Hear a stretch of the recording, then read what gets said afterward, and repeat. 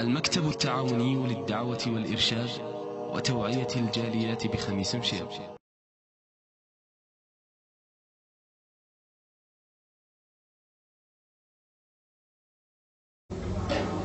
السلام عليكم ورحمة الله وبركاته.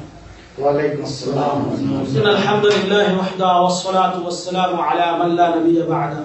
أما بعد فقد قال الله تعالى في كلامه المجيد بعد أعوذ بالله من الشيطان الرجيم ولقد كرمنا بني آدم وقال تعالى كل نفس ذائقة الموت. শুকর আল্লাহ পাকের যিনি দয়া করে আমাদেরকে কিছু সময় আজকে সাপ্তাহিক প্রোগ্রামে উপস্থিত হওয়ার তৌফিক দিলেন, আমরা জন্য করি আলহামদুলিল্লাহ। অসংখ্য দরুদ ও সালাম বর্ষিত নবী মুহাম্মদ রাসূলুল্লাহ সাল্লাল্লাহু আলাইহি ওয়াসাল্লাম। সম্মানিত বন্ধুগণ, আজকে আমরা যে বিষয়টি আপনাদের সামনে উপস্থাপন করব সেটা হলো জানাজার নামাজের নিয়ম পদ্ধতি আহকাম। জানাজার নামাজ আমরা কিভাবে আদায় করব, এর নিয়ম পদ্ধতি এবং মাসলা মাসাইল সম্পর্কে সংক্ষিপ্ত একটা আলোচনা ইনশাআল্লাহ। আল্লাহ রাব্বুল আলামিন আদম সন্তানকে সম্মানিত করেছেন, তিনি ইজ্জত দান করেছেন জীবিত অবস্থায় মৃত অবস্থায়। আল্লাহ রাব্বুল আলামিন যেটা বলেছেন ওয়ালাকাদ কাররামনা বানি আদম, আমি আদম সন্তানকে সম্মানিত করেছি, সূরা বানি ইসরাঈল আয়াত নম্বর 70।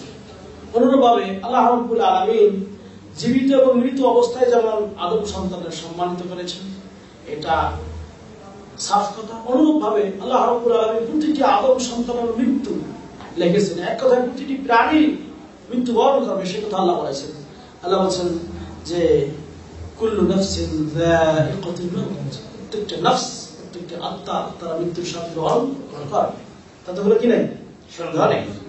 তাই মৃত্যুর পর মুসলমানদের আল্লাহ রাব্বুল আলামিন যে ইজ্জত যে সম্মান দিয়েছে সেটা হলো কি তাদেরকে সুন্দর করে কাফন পরানো, গোসল করানো, এরপরে জানাজার নামাজ পড়ি, তারপরে দাফন করা। তা আমরা আজকে দাফন কাফন সম্পর্কে আরেকদিন আলোচনা হবে ইনশাআল্লাহ আরেকটি বিষয়। আজকে শুধু আমরা জানাজার নামাজের পড়ার নিয়মটি সংক্ষিপ্ত করে আলোচনা করব ইনশাআল্লাহ। আল্লাহ রাব্বুল আলামিনের নবী মুহাম্মদ রাসূলুল্লাহ সাল্লাল্লাহু আলাইহি ওয়াসাল্লাম তিনি জানাজার নামাজ প্রসঙ্গে বলেছেন, যে ব্যক্তি জানাজার নামাজ কোন মুসলমানের জানাজার নামাজে অংশগ্রহণ করবে তার একটি কিরাত হবে, আবার যে ব্যক্তি তার দাফন কাজেও শরীক হবে তার 2 কিরাত সওয়াব হবে। সাহাবায়ে কিরাম জিজ্ঞেস করলেন কিরাত কি জিনিস আল্লাহর নবী? তিনি বললেন মাসালুল জাবালাইন আযমাইন, দুটি মস্ত বড় পাহাড়ের সমান সওয়াব তার আমলনামায় আল্লাহ রাব্বুল আলামিন কি লিখে দিবেন।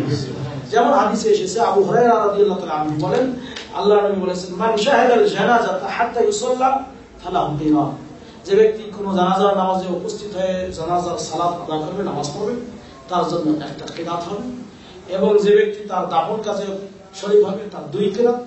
সাহাবায়ে কেরাম জিজ্ঞেস করলেন কিরাত কি জিনিস? তিনি বলেন দুইটি মস্ত বড় পাহাড় সমান সওয়াব।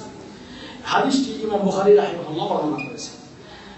জানাজার নামাজে লোক সংখ্যা কম বেশি যাই হোক না কেন, আপনি লাইন করে দাঁড়ানো, কমপক্ষে 3টি লাইন হওয়া ভালো। কমপক্ষে কয়টা লাইন? 3টি লাইন হওয়া রাসূলুল্লাহ সাল্লাল্লাহু আলাইহি ওয়াসাল্লামের সুন্নাত দ্বারা কি প্রমাণিত। কাজেই আপনি আমি যদি চেষ্টা করি যে 3টি লাইন যদি হয় তাতে কোনো সন্দেহ নেই এবং অসুবিধা নেই। এবং আল্লাহ নবী সাল্লাল্লাহু আলাইহি ওয়াসাল্লাম এই ব্যাপারে বলেছেন মান সাল্লা আলাইহি সালাসাতু সুবুহ ফাকাদ আওজাব, যে ব্যক্তি জানাজার নামাজে 3টি কাতার নামাজ পড়ল, 3 কাতার লোক, তার জন্য ওয়াজিব হয়ে গেল। এই ওয়াজিব বলতে কি বোঝানো হয়? অর্থাৎ তার জন্য এই জান্নাত ওয়াজিব হয়ে যাবে ইনশাআল্লাহ। তবে আপনার বিশেষ করে জানাজার নামাজে তাওহীদ পন্থী লোক যারা বেশি যদি নামাজ পড়ে তার জন্য ভালো। সম্মানিত বন্ধুগণ, এই জানাজার নামাজ প্রসঙ্গে আমরা আল্লাহ নবী সাল্লাল্লাহু আলাইহি ওয়াসাল্লামের পক্ষ থেকে যে জিনিসটি জানতে পারি সেটা আল্লাহ নবী বলেছেন ফাসাফফনা ফাসাল্লান নবী সাল্লাল্লাহু আলাইহি ওয়াসাল্লাম ওয়া নাহনু সুফুফ। আল্লাহ নবী সাল্লাল্লাহু আলাইহি ওয়াসাল্লাম একদিন এক সাহাবীর জানাজার নামাজ পড়ালেন। সেই জায়গায় তাই তিনি কি করেছিলেন, এই আল্লাহ নবী সাল্লাল্লাহু আলাইহি ওয়াসাল্লাম এখানে বলা আছে যে সাল্লা রাসূলুল্লাহ তুফিয়া আল ইয়াউম রাজুলুন সালিহ। আল্লাহ নবী সাল্লাল্লাহু আলাইহি ওয়াসাল্লাম একদিন বললেন যে আজকে একজন ভালো মানুষ মারা গেছে, এবং তার জানাজার নামাজ পড়ার জন্য তিনি বের হলেন, আমরা তার পেছনে কাতারবন্দী হলাম। আর সেই ভালো মানুষ সম্পর্কে বলা হয়েছে তিনি কে? হাবশা যে নাজ্জাশী বাদশা তার গায়েবানা জানাজা আল্লাহর নবী সাল্লাল্লাহু আলাইহি ওয়াসাল্লাম পড়িয়েছিলেন এবং সেখানে কাতারবন্দি হয়ে পড়িয়েছিলেন।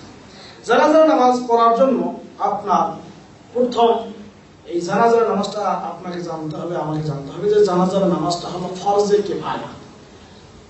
এটা একটা ফরজ, তবে ফরজে কিফায়া। অনেক মানুষের মধ্যে কিছু মানুষ যদি আদায় করে এটা কি যথেষ্ট হয়ে যাবে, তবে কেউ যদি আদায় না করে তাহলে সবাই কি হবে, গুনাহগার। কাজেই এই জানাজার নামাজ আপনাকে আমাকে পড়ার নিয়মটা আমাদের এখন জানা দরকার। তাহলে আমরা একটু আগে জানলাম কাতারবন্দি হতে হবে এবং জানাজাতের ফজিলত। এবার আসুন আমরা জানাজার নামাজ যখন শুরু করব তাকবীর দিতে হয়। জানাজার নামাজে কোনো আযান নেই, ইকামত নেই, রুকু নেই, সিজদা নেই। তাহলে কোন নামাজে রুকু, সিজদা, আযান, ইকামত নেই? জানাজার নামাজে। কি এই চারটি জিনিস নেই। তবে আপনার এখানে কি আছে? কিয়াম আছে, কিরাআত আছে, দোয়া দরুদ আছে। তাই ইবনে আব্বাস রাদিয়াল্লাহু তাআলা আনহু থেকে বর্ণিত, তিনি বলেন নবী করিম সাল্লাল্লাহু আলাইহি ওয়াসাল্লাম তিনি قرأ على الجنازة بفاتحة الكتاب। যখন আল্লাহ নবী সাল্লাল্লাহু আলাইহি ওয়াসাল্লাম জানাজার নামাজ পড়েছিলেন প্রথমে আল্লাহু আকবার তাকবীর দিয়ে তিনি সূরা ফাতিহা পাঠ করেছেন। তবে সূরা ফাতিহা শুরু করার আগে আউযু বিল্লাহি মিনাশ শাইতানির রাজিম বিসমিল্লাহির রহমানির রহিম পড়বেন। কিন্তু কেউ যদি সানা না পড়ে কোনো সমস্যা নেই, সানা পড়ার কোনো কি নেই, প্রয়োজন নেই। প্রথমে আল্লাহু আকবার দিয়ে আউযু বিল্লাহি মিনাশ শাইতানির রাজিম বিসমিল্লাহির রহমানির রহিম বলে সূরাতুল ফাতিহা পড়তে হবে কিসের নামাজে? জানাজার নামাজে। এরপরে অন্য সূরা পড়া যাবে কি যাবে না? যাবে। হ্যাঁ, অন্য সূরা পড়া জায়েজ আছে, তবে কেউ যদি না পড়ে কোনো সমস্যা নেই। যেমন এক হাদিসে শুনেন যে সাল্লাতু খালফা ইবনে আব্বাস আলা জানাজা ফাকরা ফাতিহাতুল কিতাব ফাকাল লিতা'লাম আন্নাহা সুন্নাহ। বুখারী শরীফে আছে যে ইবনে আব্দুল তালহা বিন উবাইদুল্লাহ বিন আউফ রাদিয়াল্লাহু তাআলা আনহু তিনি বলেন যে আমি ইবনে আব্বাসের পিছনে জানাজার নামাজ পড়েছি, আল্লাহ তিনি শুধু সূরা ফাতিহা পড়েছেন এবং তিনি বলেছেন যে তোমরা জেনে রাখো এটাই হলো সুন্নাত, অর্থাৎ শুধু কি সূরা ফাতিহা পড়া। এটা বুখারী শরীফের হাদিস। আচ্ছা, তবে কেউ যদি সূরা ফাতিহার সঙ্গে অন্য সূরা পড়ে জায়েজ আছে। তার প্রমাণ আরেকটা হাদিস দ্বারা শুনেন যে ফাকরা বিফাতিহাতিল কিতাব ওয়া সুন্নাহ, যে তালহা বিন আব্দুল্লাহ রাদিয়াল্লাহু তাআলা আনহু তিনি বলেন যে আমি ইবনে আব্বাসের পিছনে আবার আরেকদিন নামাজ পড়েছিলাম। তিনি সাল্লা আলা আলা জানাজাতিন, কোন এক জানাজার নামাজে তিনি ফাকরা বিফাতিহাতিল কিতাব তিনি সূরা ফাতিহা পড়েছেন, ওয়া জাহারা ওয়া সূরা এবং আরেকটি সূরা পড়েছেন এবং সেখানে আরেকটা কি কাজ করেছেন, ওয়া জাহারা মানে জোরে পড়েছেন। ঠিকই বলেছেন, জোরে। তার মানে জোরে পড়াও কি আছে? তবে আরেক হাদিস দ্বারা প্রমাণিত যে তিনি রাসূলুল্লাহ সাল্লাল্লাহু আলাইহি ওয়াসাল্লাম আস্তেও পড়েছেন। তাহলে জোরে এবং আস্তে উভয়টা পড়া কি আছে? জায়েজ। আচ্ছা, এবং এখানে কি হাত্তা আসমা'না, তিনি বলতেছেন যে এমন জোরে পড়লেন যে আমরা শুনেছি। তাহলে আল্লাহ মানে তিনি যদি ইবনে আব্বাস জোরে না পড়তেন তাহলে শোনা যাইত না। আচ্ছা, ফালাম্মা ফারাগা আখাযতু বিয়াদিহি ফাসালতুহু ক্বালা ইন্নামা জাহারতু লিতা'লামু আন্নাহা সুন্নাহ। তাই যখন নামাজ শেষ হলো আমি তাকে জিজ্ঞেস করলাম, তিনি বললেন যে আমি এইজন্য পড়েছি যাতে তোমরা জানো যে এটা হলো একটা কি সুন্নাত। রাওয়াহুল বুখারী ওয়া আবু দাউদ ওয়া তিরমিজি ওয়া নাসাঈ। হ্যাঁ, তিরমিজি, নাসাঈ, আবু দাউদ, ইমাম বুখারী হাদিসটি বর্ণনা করেছেন। এই জানাজার নামাজে যে আমরা তাহলে কি জানলাম যে প্রথম তাকবীর আল্লাহু আকবার দিয়ে আপনি আউযু বিল্লাহ পড়বেন, এরপরে বিসমিল্লাহ পড়বেন, এরপরে সূরা ফাতিহা পড়ে আরেকটা সূরা পাঠ করবেন। যদি না পাঠ করেন আরেকটা সূরা কোনো সমস্যা নেই, শুধু সূরা ফাতিহা পড়লে কি না যথেষ্ট। আচ্ছা, এরপর বলা হচ্ছে যে আন্না সুন্নাহ ফি সলাত আলা জানাজা আন ইউকাব্বিরা আল-ইমাম সুম্মা ইয়াকরা আল-ফাতিহা বা'দা আত-তাকবীর আল-উলা সিররান। আর হাদিসে এসেছে যে সুন্নাত হলো যে প্রথম তাকবীর দিয়ে সূরা ফাতিহা গোপনে পড়া, সুম্মা ইউসাল্লি আলা নবী সাল্লাল্লাহু আলাইহি ওয়াসাল্লাম, এরপরে নবী করিম সাল্লাল্লাহু আলাইহি ওয়াসাল্লামের উপর দরুদ পড়া। অর্থাৎ দ্বিতীয় তাকবীর যখন দেবেন আল্লাহু আকবার দিয়ে দ্বিতীয় তাকবীর দিয়ে কি বলতে হবে? আসসালাতু আলা নবী, অর্থাৎ নবী করিম সাল্লাল্লাহু আলাইহি ওয়াসাল্লামের উপর যে দরুদ পড়া সেই দরুদ পড়তে হবে, যেটা আমরা বলি নামাজে যে দরুদ পড়ি দরুদ ইব্রাহিম। দরুদটা কি? আল্লাহুম্মা সাল্লি আলা মুহাম্মদ ওয়া আলা আলি মুহাম্মদ কামা সাল্লাইতা আলা ইব্রাহিম وعلى آل إبراهيم إنك حميد مجيد اللهم بارك على محمد وعلى آل محمد كما باركت على إبراهيم وعلى آل إبراهيم إنك حميد مجيد এরপরে আপনি আল্লাহু আকবার দিয়ে তৃতীয় তাকবীর দিবেন তৃতীয় তাকবীর দিয়ে আপনি যে জিনিসটি করবেন সেটা হলো কি আল্লাহুম্মা ইগফির লিহাইয়িনা ওয়া মাইয়িতিনা ওয়া শাহিদিনা ওয়া গায়িবিনা ওয়া সাগীরিনা ওয়া কাবীরিনা ওয়া যাকারিনা ওয়া উনসানা اللهم من أحييته منا فأحيه على الإسلام ومن توفيته منا فتوفه على الإيمان اللهم لا تحرمنا أجره ولا تفتنا بعده এখানে একটি কথা যদি পুরুষ হয় তাহলে এই হু বলবেন اللهم لا تحرمنا أجره ولا تفتنا بعده হ্যাঁ অনুরূপভাবে আগের জমিনগুলি তাহলে সেগুলি পুরুষ বাসক আর যদি মনে করেন মহিলা হয় তাহলে আপনি শেষে বলবেন যে اللهم لا تحرمنا أجرها ولا تفتنا بعدها অর্থাৎ হুর জায়গায় কি বলতে হবে হা বলতে হবে এই হাদিসটি ইমাম আহমদ ইমাম তিরমিজি ইবনে মাজাহ বর্ণিত হয়েছে সম্মানিত বন্ধুগণ এর ছাড়াও আরো কিছু দোয়া করা যায় আছে যেমন اللهم اغفر له وارحمه واعف عنه واكرم نزله ووسع مدخله وادخله دارا خيرا من داره واهلا خيرا من اهله وزوجا خيرا من زوجه ونقه من الخطايا يوم الدنس اللهم اغسله بالماء والثلج والبرد ونقه من الخطايا كما ينقى الثوب الابيض من الدنس وابدله دارا خيرا من داره واهلا خيرا من اهله وزوجا خيرا من زوجه وادخله الجنه واعيذه من عذاب القبر وعذاب في النار এই দোয়াটি ইমাম মুসলিম রাহিমাহুল্লাহ বর্ণনা করেছেন এই সাহাবী বলতেছেন যে আল্লাহ নবী সাল্লাল্লাহু আলাইহি ওয়াসাল্লাম যখন এই দোয়াটি পড়েছিলেন আমি এটা হিফজ করেছিলাম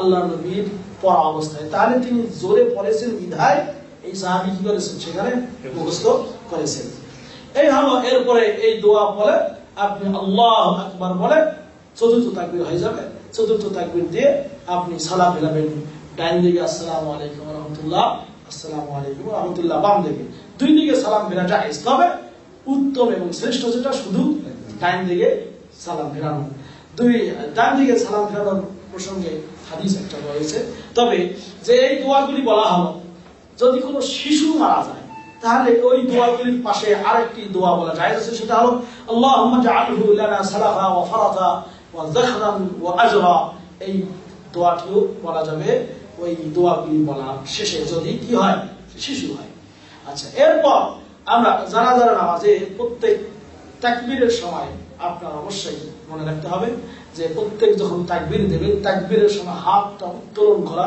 এটা হলো কি সুন্নাত অনেক মানুষ আছে তাকবীর দেয় ঠিক কিন্তু হাত উত্তোলন করে না যেমন ইবনে ওমর রাদিয়াল্লাহু তাআলা আনহু বলেন আন্নাহু কানা ইয়ারফা'ু ইয়াদাইহি ফি জামি'i তাকবীরাতিল জানাজা রাওয়াহুল বুখারী বুখারী শরীফে বর্ণিত হয়েছে যে নবী করিম সাল্লাল্লাহু আলাইহি ওয়াসাল্লাম প্রত্যেক তাকবীরে তিনি হাত উত্তোলন করেছিলেন আব্দুল্লাহ ইবনে ওমর রাদিয়াল্লাহু তাআলা আনহু জানাজার নামাজে না তিনি নবী করিম সাল্লাল্লাহু আলাইহি ওয়াসাল্লাম না এটা আব্দুল্লাহ ইবনে ওমর থেকে বর্ণিত যে আব্দুল্লাহ ইবনে ওমর রাদিয়াল্লাহু তাআলা আনহু জানাজার প্রত্যেক তাকবীরের সময় কি করতেন হাত উত্তোলন করবেন এবং হাত বাঁধতে হবে কোথায় আমরা অনেকে বুকের নাভির নিচে বুকের উপরে এবং এভাবে বাঁধা যাবে যেমন তাউস থেকে বর্ণিত তিনি বলেন যে ইয়াদাহুল ইউমনা আলা ইয়াদিহি ইউসরা সুম্মা ইয়াশুদ্দু বিহিমা আলা সাদরিহি ওয়া হুয়া ফিস সালাত রাওয়াহু আবু দাউদ শরীফে হাদিসটি বর্ণিত রয়েছে হাদিস নাম্বার 687 যে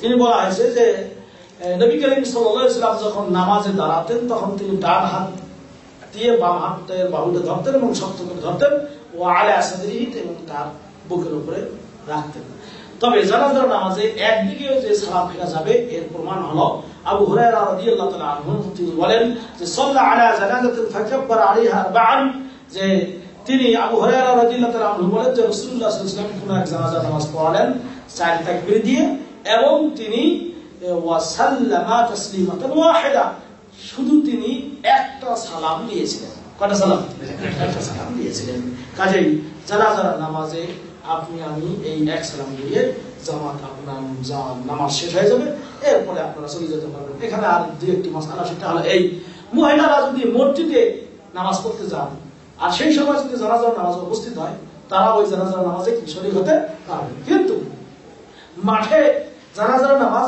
মাঠে পড়াটাই উত্তম কিন্তু মসজিদে যদি জানাজার নামাজ পড়ানো হয় তাহলে সেখানে মহিলারা থাকলে তারা অংশগ্রহণ করতে পারবে, কিন্তু মাঠের নামাজে মহিলাদের যাওয়ার কোনো কি নেই, প্রয়োজন নেই। কিন্তু মনে করেন ঈদের নামাজ পড়তে গেছেন কোনো মহিলারা, আর সেখানে যদি কোনো জানাজা উপস্থিত হয়ে যায় ঈদের নামাজের আগে বা পরে যদি জানাজার নামাজ পড়ানো হয়, ঈদের নামাজের পরে যদি জানাজার নামাজ পড়ানো হয়, তাহলে সেই ক্ষেত্রেও সেখানে মহিলারা অংশগ্রহণ করতে পারবে, যদিও কি হয় মাঠ। তবে এই মাঠ যদি এমনি শুধু জানাজার নামাজের জন্য স্পেশাল ভাবে মহিলাদের বেড়ানো কি নাই, এটার কোন শরীয়তের অনুমতি নেই। আনাস রাদিয়াল্লাহু তাআলা আনহু তিনি বলেন যে আন্নান নবী সাল্লাল্লাহু আলাইহি ওয়াসাল্লাম নাহা আন ইউসাল্লি আলাল জানাজা বাইনাল কুবুর, তবে কবর এর মাঝখানে অনেকগুলো কবরে এখানে জানাজার নামাজ পড়া যাবে না, ওটা কি আলাদা করতে হবে। তবে যদি কবরের স্থান না হয়, এমনি এক জায়গায় কবর দেওয়া হয়েছে, তাহলে সেখানে আপনি যদি জানাজা না পড়ে থাকেন সেখানে যে জানাজার নামাজ পড়তে পারবেন। যেমন ইনতাহা রাসূলুল্লাহ সাল্লাল্লাহু আলাইহি ওয়াসাল্লাম ইলা কবরি রাতবিন ফাসাল্লা আলাইহি ওয়া সাফফু খালফাহু ওয়া কাব্বারা আরবাআন।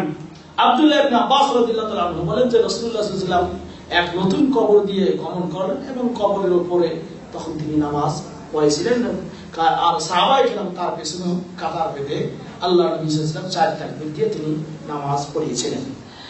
এবার আরেকটি কথা বলে শেষ করবো, সেটি হলো কি যে পুরুষ যদি হয় ইমাম সাহেব জানাজার নামাজ পড়ার জন্য তার মাথা বরাবর দাঁড়াবে, আর যদি মহিলা হয় ইমাম সাহেব দাঁড়াবে তার কি কোমর বরাবর।